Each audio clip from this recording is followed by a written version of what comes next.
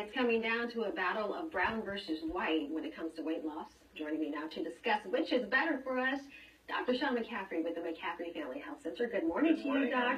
I'm good. Thanks for being here. So what are brown and white fat cells, and how can they help or harm us? You have two different types of fat cells when you're born that we focus on. The white cells are more of a storage. The body says, hey, if we ever need this extra energy for any reason, we're starvation, something goes wrong, we're going to pack extra calories away here. The brown cells are designed to kind of give you a boost in energy. They help bump metabolism a little bit. They burn things. Now, what we thought for the longest time is that the brown cells disappear in childhood. You have them in childhood, and all of a sudden they kind of disappear. What we're finding is that's not really the case. They're still there. They're just a little tougher to find and harder to get at.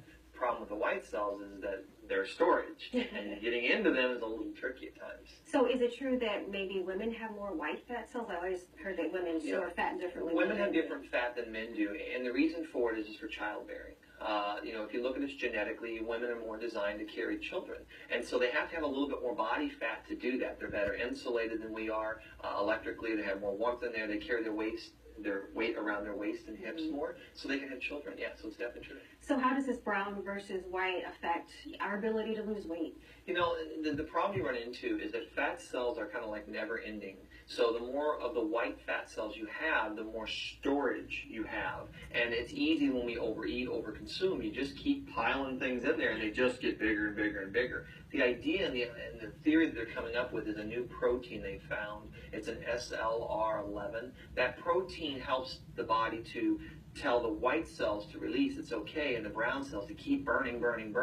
When that protein gets in the way, it stops the brown cells, and then you don't burn the energy, and so you store. Wow. Well, speaking of that, I read recently the more weight a person gains, the harder it becomes to lose weight. Yeah. How does that work? Well, your metabolism slows down, and see, this is what it's all about with weight loss, and we do so much of this in our practice, is that as your metabolism starts to slow down, the bigger and heavier you get, the more food you keep bringing in, the body thinks, uh-oh, we're storing. We're like a squirrel getting ready for, the season, and we start packing away the nuts in the tree. We're hiding. So it thinks, oh, we're storing. We better slow down the metabolism because she's storing for a reason. It's not sure why. And so the bigger and heavier you get, the more we eat, the more we do, all of a sudden the body starts packing those pounds on, and your metabolism starts to grind to a halt because it really is trying to avoid what it believes is a future problem. Wow. So how might these brown fat cells affect someone with, for example, diabetes? Well, when you look at fat cells in general, the diabetics tend to have trouble with that anyway. So the more weight that the diabetic carries, the more the blood sugar starts to creep up. It's stressful on the body. It increases your overall stress, and that gets back into your cortisol now, which is your stress hormone. And so the cortisol then forces the body to pump more blood sugar and get the blood sugar up. Well, then the body's well, wait, we're going to be more diabetic, store it. So the more fat we put on the frame, the more stress the frame has. It stresses your heart, it stresses your kidneys, your liver, everything, and that raises blood sugar levels.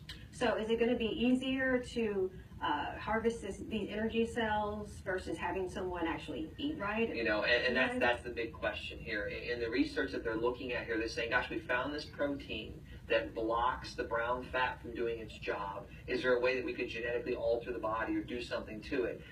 I'm a big fan of not playing God. I think that you want to kind of do what the body does. I think if we just focus on the diet, eat properly, don't over-consume. That's the biggest thing. We eat too much at one time. If you do that, you can help the body burn that unwanted fat around the belly, and you can encourage the good fat that's there to be more efficient. All right, sounds good. Dr. McCaffrey, as always, thank you for being here. We'll see you on Wednesday. All right, thank you. Still to come, we've got details on